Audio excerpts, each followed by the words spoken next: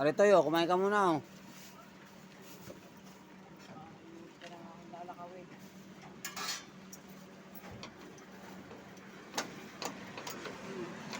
Layo naman lalakarin mo kung Bicol pa. Karayuin ko talaga po.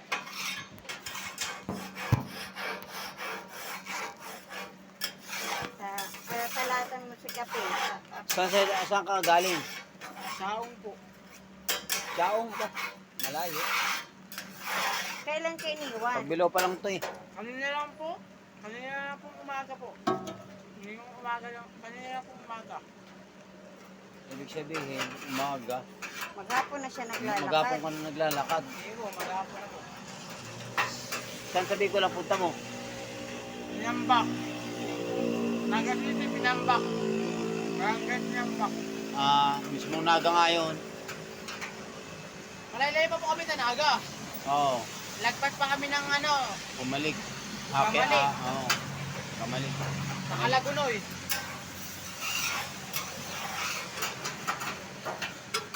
Kung Talo ko naman ng driver mo, tiniwanan ka. Nakaway kasi ng papa ko yung driver. Baka ginanti. Lahat-lahat ang galit lahat-lahat ang galit sa papa ko sa Ibig sabihin, iniwanan ka talaga o inutusan. ay nutusan ka. Bumili ng tubig. Paglabas ko naman, mayo ng sasakyan. Mayo na yung truck ko. Naglakaw na ako mula ano. anong number ng iyong pamilya doon sa wala kang alam? Mga number po na magulang ko na sa ano. Sa bag ko. Dala. Pati mga ID ko. Pati wallet ko. Pati mga damit ko. Dala-dala ng truck. Gawa na inutusan lang kasi ako eh. Pag inuutusan kasi ako ng driver ko, yung mga bag ko, di ko na dinadala kasi. Ay oo, alangan namang dalhin mo ko eh. Yung utusan ka lang eh. May bibiling ka na sa ibang nyo. Ibibiling ka lang naman eh. Tapos ang nangyari niyan, ngayon ka lang kumain. Buti napadaan ka dito sa burgiran din eh. Opo, gawa nang nabigla din kasi ako eh. Kaya naganap din ako ng mahintuan eh. Pagka iniisip mo kanina, sabi mo sa akin, doon ka pa matutulog sa zigzag, delikado doon. Doon naman din kasi marami ng Munisipyo. kainan doon eh. Lahat ng mga munisipyo, Kami pwede mo zigzag po tulog pala ha. yung kainan na ng truck yun eh. Oo. Pwede ka magpahinga doon. Kahit pa sabihin mo doon sa mga pulis doon na, Magpasakay ka sa pulis. kasi doon, oo, di kaya Magpasakay sa ka sa pulis. Makikiusap ka sa mga pulis. Nantig ako po ay winalat ng ng aking pong driver. Magsasabi ka lang. Magsasabi ka.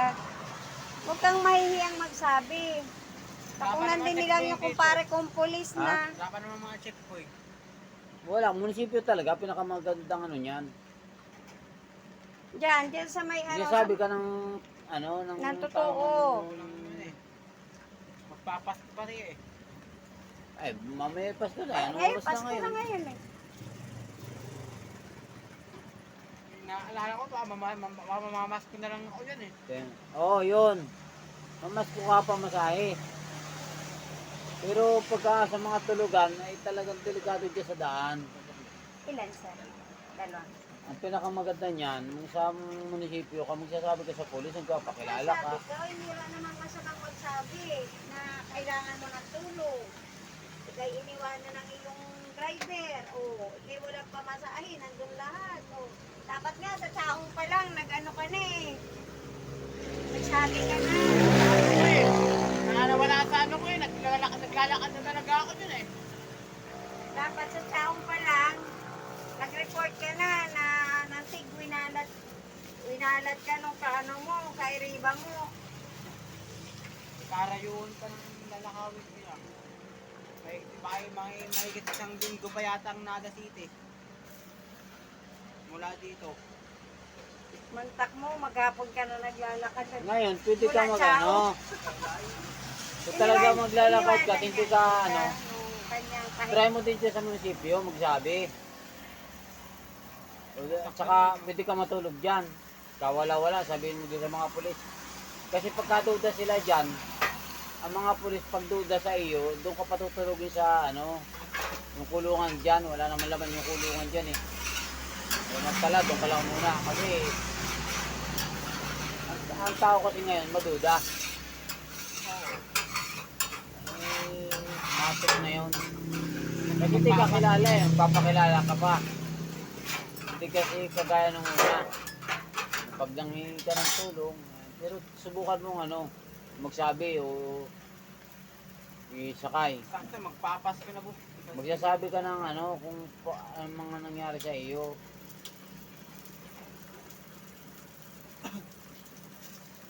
Lalakad ka hanggang Bicol ba, layo. Sa Bicol, Panaga. iniwanan siya nung kanyang driver. Inutusan Sa- siya bumili na sa 7-Eleven. Kasi iniwanan siya. Nung bumili siya, iniwanan naman siya. Kaya bili ng tubig. Paglabas niya, wala na si truck. Ang pangalan mo? Cardo po. Carlo? Ano apelyido? Rodriguez.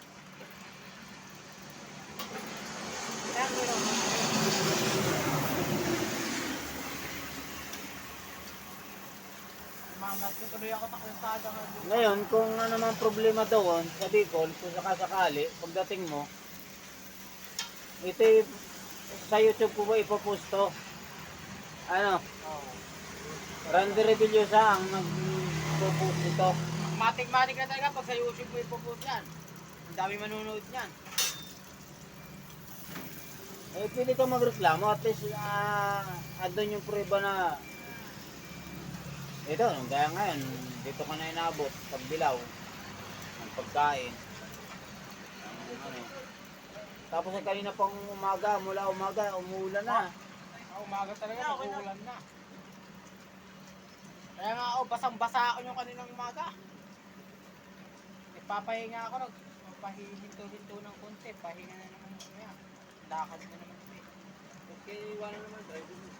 Nakawin nga ng papa ko. Ha? Nakawin ng papa ko. Bawal na papa mo. Inutusan daw siya, papuntang 7-Eleven. Pagkapasok niya, upak ng alis. Pinadya yun. Pinadya nga, gusto nga daw iligaw yan. Yan ang kwento niya sa akin. Ayun talaga yung liligaw ka talaga yun.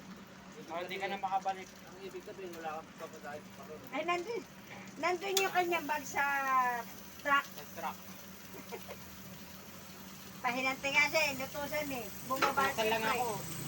Pag inuutusan kasi ako yun, hindi na ako nagdadala ng bag eh. Ay nga, puputuli ko na yung video. Hanapin mo na lang. Madali naman po hanapin niya pag pinost mo sa Hindi ko lang alam kung saan ako matutulog. Sa munisipyo ka matulog. Sa baka sa may zigzag na ako.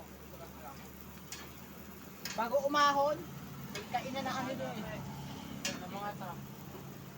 Ayun kasi kainan na ng mga truck yun. Yung bago aahon, Oo. kainan na ng mga truck. Ibig sabihin, lagi kang bumibiyahe pa parito. Opo, lagi ko pinabiyahe ng truck. Pang-apat na balik na nga namin ng Maynila. Sige, puputulin ko na tong video ko. Gawin mo na lang tong prueba na ikaw ay talagang iniwanan. Dito ka na inabot. Malalaman pati ng amo ko yun eh. Pag pinost ko eh. Eh, Para alam din ng amo. hindi, magreklamo ka pati doon. Sabi nga ng mga tao. Kasi pag hindi ka nagreklamo doon, ikaw doon ang magiging mali.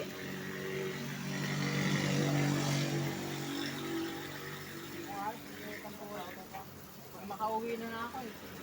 Antayin lang ako. Pag magagawa ko ng paraan. Pasampasa ako eh.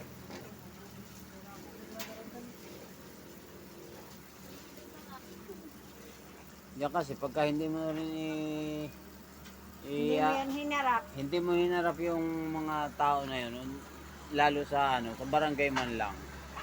Kaya mangyayari niyan, kaya ka iniwanan nila. Ikaw yung may kasalanan. Ikaw lang sasabihin, nagtagal ka. Oo. Nagtagal ka. Oo, palagay ko doon, magdadahilan na yun eh. Kaya itong video na to, wala akong dito. Kahit ako, hindi ko alam kung tama yung nasabi mo.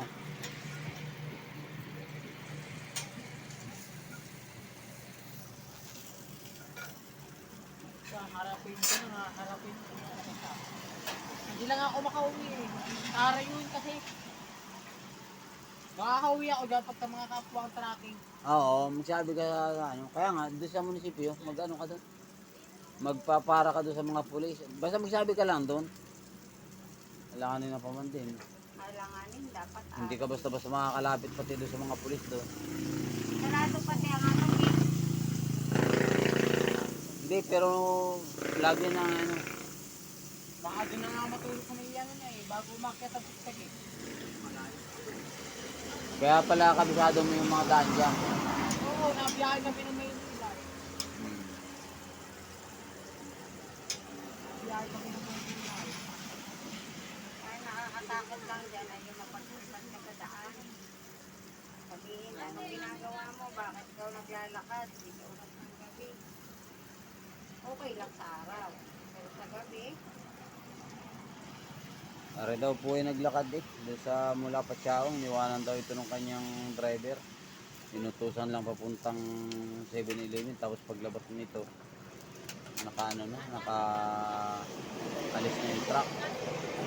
Ay ngayon, naglakad daw siya mula umaga. Ngayon, anong oras na ngayon? Parang 10:30 na ata. Nasa 10:30 na ng gabi. Bali mula umaga hanggang alas 10 ng gabi siya naglalakad. Nandito na siya sa Pagbilao ngayon eh. Ayan niya, aking pinag burger muna. Napadaan dito sa burgeran ni Mrs. ay ngayon pinag-init ko pa ng tubig para magkape. Nakulo na. Nakulo na. Ayan, pagdating to sa ano, ito lang. pagdating to sa Bicol, talagang iniisip ko yung mga 1 linggo kong maglalakad bago hanggang Bicol. Ngayon ay ganito, mag-usap kayo sa barangay. Oo, wag ako mag-uusap talaga kami yan. Pag nakauwi ako yun, naharapin ko na agad yun. Hindi ko aayaan ng ganun-ganun lang yun.